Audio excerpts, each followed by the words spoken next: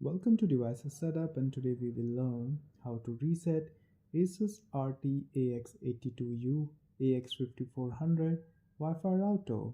Before we reset, kindly note all the data on the router will be erased and it will go back to its factory default settings. Now to start Asus AX5400 router reset, first make sure it is plugged in into a power source.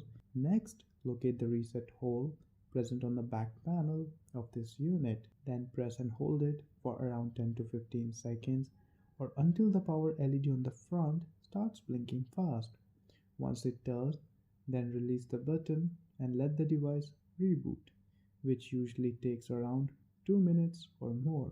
Once you have stable power LED on the front, it confirms that the router is ready for the setup again. And if you want to update the firmware, or if you would like to set up Asus router as AI mesh node, then you can watch these videos given in the description. And lastly, if you found this video useful, then please do hit like and subscribe to support my efforts.